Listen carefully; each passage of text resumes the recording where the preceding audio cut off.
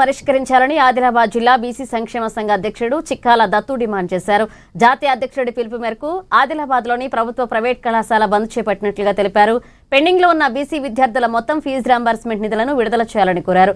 అలాగే పాత పద్ధతిలోనే ఫీజు రియంబర్స్మెంట్ చెల్లించాలని జీవో 8-9లను రద్దు చేయాలని డిమాండ్ చేశారు.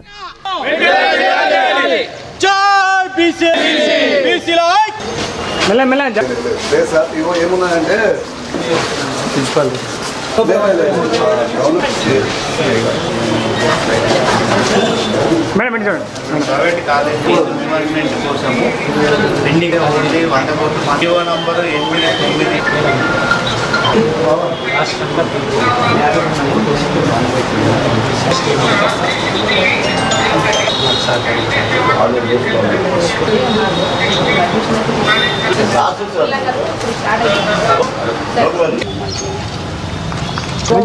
జై బీసీ జై బీసీ మేమెంతో బీసీల ఐక్యత జై బీసీ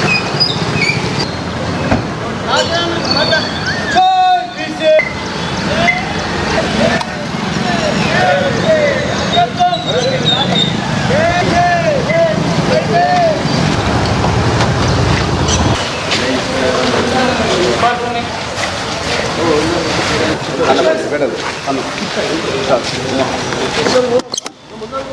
అందరు ఇట్లా రండి రన్న ఒక ఫోటో కొట్టు రన్న మేడం. జై బీసీ జై ఐక్యత బీసీల ఐక్యత మేమెంతో. ఆదిలాబాద్లో రాష్ట్ర పిలుపు మేరకు జూలై 2వ తారీఖు కాలేజీలన్నీ బంద్ పెట్టాలని చెప్పేసి మాకు పిలుపివ్వడం జరిగింది. జాజుల సీనన్న నాయకత్వంలో ఈరోజు ఆదిలాబాద్లో మరి అర్పితగాని పోరాటం చేస్తున్నటువంటి జాజుల సీనన్న మరి ఇలా విద్యార్థుల గురించి పోరాటాలు చేస్తున్నారు. మరి ఈరోజు ఫీజు రియంబర్స్ ఇవాళ 8,000 కోట్లు పెండింగ్లో ఉన్నాయి. మరి ఇలా 100 కోట్లు రిలీజ్ చేసి ప్రభుత్వాలు సంకలు దులుపుకుంటున్నాయి. మరి వల్ల ప్రభుత్వాలు ఏ ప్రభుత్వం వచ్చినా బీసీలకు అన్యాయం చేస్తుంది. మరి వెంటనే అమల్లోకి తీసుకురావాలి. మరి 8-9 జీవోని రద్దు చేసి పాత పద్ధతిలోనే రియంబర్స్ కొనసాగాలని చెప్పేసి డిమాండ్ చేయడం జరుగుతున్నది. ముఖ్యంగా 4 సంవత్సరాల నుండి బీసీలను వాడుకుంటున్నారే తప్ప మరి వాళ్ళు చేసింది ఏమీ లేదు. ముఖ్యంగా ఎన్నో ప్రభుత్వాలు వస్తున్నాయి పోతున్నాయి. మరి ఇవాళ విద్యార్థుల స్థితిగతులు చూడకపోతే మరి ఇలా ఈ ప్రభుత్వాలు ఉంటాయా ఊసిపోతాయా అనేది తెలియజెప్పడం కోసం ఈ ధర్నా ఇది చేయడం జరుగుతున్న బంద్ని.